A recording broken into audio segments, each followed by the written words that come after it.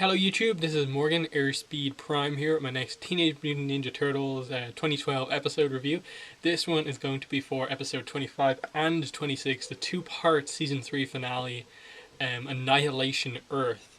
And yeah, this was actually really good. It was a lot better than I expected going in. I still have issues in general with, like, you had 26 episodes to basically set up this, and the setup was so short. It was basically last episode set this one up, and that's it. Very few things led on from stuff that were was set up in other episodes. Um, it's a bit of an odd one here. Another issue I would have was that the first part of the finale I felt focused way too much on the crying. I really didn't feel like they needed to be involved that much. I get involving them a little bit, just because you had to have a reason for the Triceratons to actually attack Earth, because there was still some left. But I think there was too much time spent on the Krang's plan at the start before the Triceratons came in, actually. So, in general, I would say this was a good finale from a plot of the series perspective, from an entertainment point of view, but not so much on the character side of things. I felt it was still relatively weak character-wise, in that there's that one really big moment towards the end, which I'll get to in a moment, and really character-wise, that's about it. Like, there's some really big things happen in this finale, but I really didn't feel they captured the emotion of most of the scenes like effectively well. But I think at the very least, it is set up that season 4 is going to be interesting, different, and they've got a lot of plot, I think, to address straight away, and they could do some really interesting things with this. Just some of the stuff that happens towards the end, I felt was like, that's cool setting up season 4, but I still don't feel that you know what to do with characters effectively. So it's a really weird situation that I'm in with this finale, in that in general it's good. I didn't think it was quite as good as the season 2 finale, but it had some strong moments, but in general it's just like lack of setup, I think, really let it down. I think is the kind of ultimate thing I'd say about it. It's just like, this would have been so cool if you had built to this basically from the midway point of the season. If you had had these little hints as to, we're going kind of the space route, and there's something really big that we're leading towards, but they didn't do that at all. Like, we got a hint of the crying in like the previous episode, hint of the Triceratons in the previous episode, and then all of a sudden, massive war, everything is happening, and then this is kind of done in this episode, and big things happen. It would have been so much better if they had actually set up some stuff. The problem, once again, is that the turtles are the focus of this show, but they don't do anything character-wise going in the episodes. Mikey got captured. I thought they were going to do something really kind of emotional, maybe possibly dark with him when he was captured by the Triceratons, and they were going to do the mind thing to him. I thought they'd do some really interesting thing. We're going into season 4.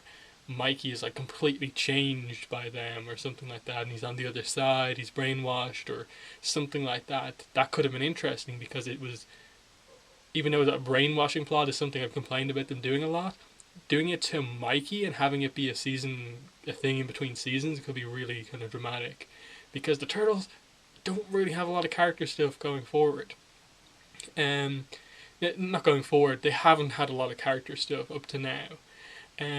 But that was really about it. You had a little bits here and there, like, further like Casey and April, further April and Donnie, but that's about it. The big character moment was the decision by Splinter to ask Shredder for help in this situation. That his perspective was that we used to effectively be brothers, and we got that really effectively. That's probably one of the most effective things that this season did, was giving us that backstory episode with Yoshi and Saki in it, and getting the explanation there about what exactly happened. And Splinter clearly thinks that there's still something left in Shredder, and was willing to think that he can't be so like against me that he would risk the fate of the world and not even try to save it. And basically, they do fight together. You know, we have the good and bad guys teaming up for the fate of the world, and then at the very last moment, they're about to turn off the black hole generator. That's going to be the big thing that is going to destroy the world, because what happened to the Triceratons? Again, I think one of the better parts of this finale, the backstory of the Krang and the Triceratons, that the reason the Triceratons hate the Krang so much is because the Krang basically eliminated the Triceraton homeworld with a black hole generator. And they want to do the same to Earth because there are still Krang hanging out there. I thought that was actually pretty well set up, but Splinter goes to turn it off, turns his back on Shredder.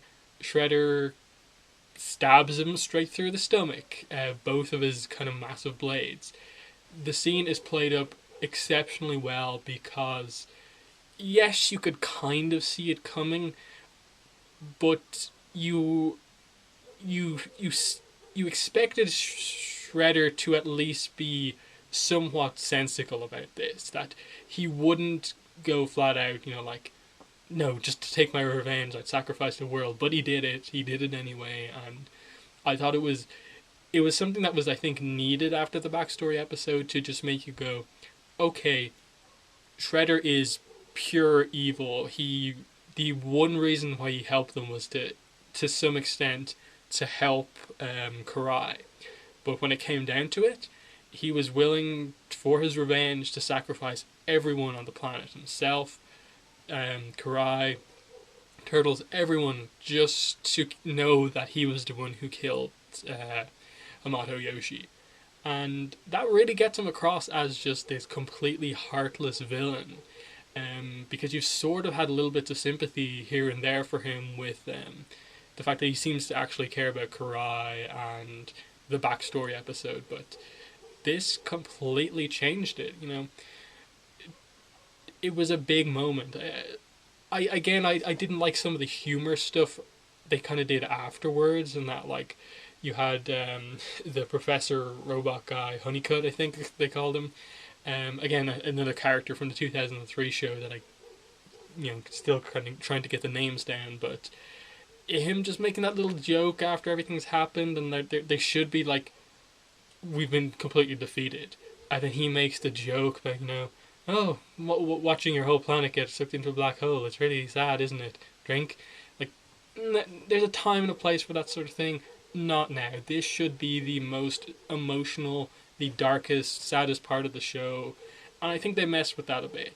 Even the moment where the ship takes off and we're going on an adventure, that shouldn't have been this, like, woohoo moment from Casey. It should have been like, none of the Turtles, April or Casey, are saying a thing. They're all shocked by what's just happened. As far as they're aware, everyone they know, all their friends, all the other mutants, April's parents, Casey's parents, whoever, the whole world has been destroyed. They are the only humans left, basically. It should be really dramatic. They didn't get that across effectively, I don't think. And I didn't like the humor that they played up a little bit around it. I think it's cool what they're doing going forward. I'm really excited to see what they do with the 2012 version of the show in space, and I assume they'll do some sort of a thing where they manage to somehow get the Earth back or something like that. And there's still maybe the potential that Splinter is still alive somehow, but I'm not really sure. Either way, it was interesting just that they went that road, that they showed us on screen the Earth got sucked into a black hole. And that just seems pretty crazy to me. And then Professor Honeycutt and this ship appearing out of nowhere, taking the Turtles off. What's going on here? Initially, I thought it was the Time Lord person that we saw a few episodes ago. She had come back, or maybe the guy who was their master, they'd come back and realized, oh, something actually crazy is going to happen here. You have to survive because you were going to save the world again. But no, they went down this road, but it may all be connected somehow. But I'm definitely, at the very least, it's made me excited a little bit for what they do with Season 4. What they need to do at the start of Season 4 is do what they completely failed to do at the start of this season, which was capitalize on a pretty interesting finale. They've set up some great stuff here. What are they going to do? My only, I suppose, really bad negative would be Karai. We didn't see her this entire episode, and as far as we're aware, once again, she has just disappeared with everyone else. I don't know how exactly they're going to resolve this. In like, how the black hole thing, has it actually like destroyed the planet, or has it just kind of portaled them somewhere else? Like, Earth and the Triceraton homeworld are now like suddenly in this other dimension, or they've just been transported somewhere else and they're right next to each other, but no one knows about it because they don't know the exact details of how the black hole generator actually works. They could do some interesting things to keep all those people alive, because I really don't think they've just killed off every human in the universe, and then they're maybe going to do this time travel reset thing. I can see them sort of doing something like that in this show, but I don't see them going down that road just yet. I think the Earth is probably still intact somewhere, but then I just wonder, like, how do you then focus on any character on Earth? So the way I kind of took this is that, oh, Karai is gone for a very long time, and I don't like that, because I think she, again, is one of the most interesting parts of the show. If there was one continuous arc throughout this entire season, it was Karai and her potentially joining the good side and that whole situation, and now her father is dead. That's the only thing I can see them doing, is that Karai somehow senses what's going on, and on this new Earth that's been separated from everywhere else, it's maybe overrun with aliens or whatever, she saves Splinter and nurses him back to health from this really kind of dangerous injury or whatever. But again, like, do they even have time to focus on that sort of thing? Are they actually going to have a proper B plot in this in the upcoming season or not? Because the show just hasn't shown any sort of a precedent for that, because it's always been a case of like, the turtles have to be the main focus. We can't do anything without the turtles involved in it, and it's a problem with the show. But I don't know what they're going to do going forward. So yeah, successful episode in that I think there's a lot to say about the finale, more than I can probably remember. Like, there were 2 episodes that were kind of packed with a lot of little bits. Nothing, not a lot of like really big moments that are worth heavily discussing, but enough to like make me interested in the show, and kind of just makes me just wish that the show could be like this all of the time. And I think they kind of have to have that sort of a tone going into season 4, that they're aware that the turtles are suffering from a loss, not just their personal loss in Splinter, but everyone else, as far as they were, Karai's dead and stuff like that. They're all suffering in that way.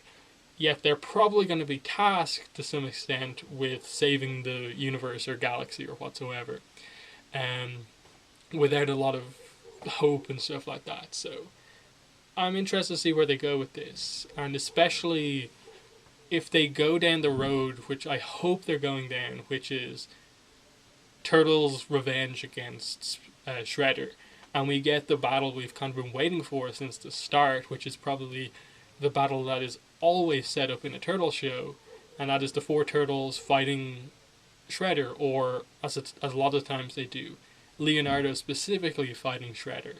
I think that could be really well done, but again, they have to set up Leonardo and have him kind of separate himself a little bit from the other turtles, and have him be the one to say it's about revenge here, and maybe go down a similar road to the 2003 show, where the turtles do get a little bit darker, and the show in general gets a little bit darker because of what's happened. But I'm not really sure.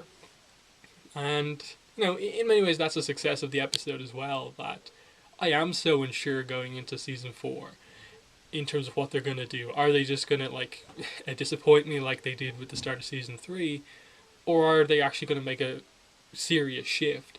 Now, as far as I'm aware, season 4 is only going to be 20 episodes, which for me is a successful move, because I think 26 is way too much given the plots that they've done in the first 3 seasons.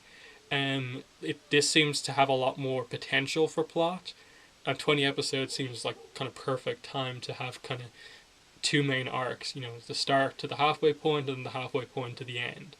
So I'm pretty excited. In the comments, I actually really want to know your guys' thoughts on this finale. Um, I think in general I'm positive in that a lot of the times watching Turtles episodes, I'm not fully invested in the episode. I struggle sometimes to really heavily concentrate on the episode just because it's almost not required a lot of the time because not a lot important is going on. But I was pretty enthralled throughout with these episodes, and there were some really great moments. What were your guys' thoughts on these episodes? What are your thoughts on what I've said about them? But other than that, thanks for watching this video, and probably Friday I'll do a season 3 overview type video, like a season 3 in review type thing, and more than what I've said here, I want to kind of go through and talk about what the points were about this season, where the negatives were, where some of the positives were, that sort of thing. But that will be Friday towards the end of the week. Other than that, thanks for watching the video, and bye.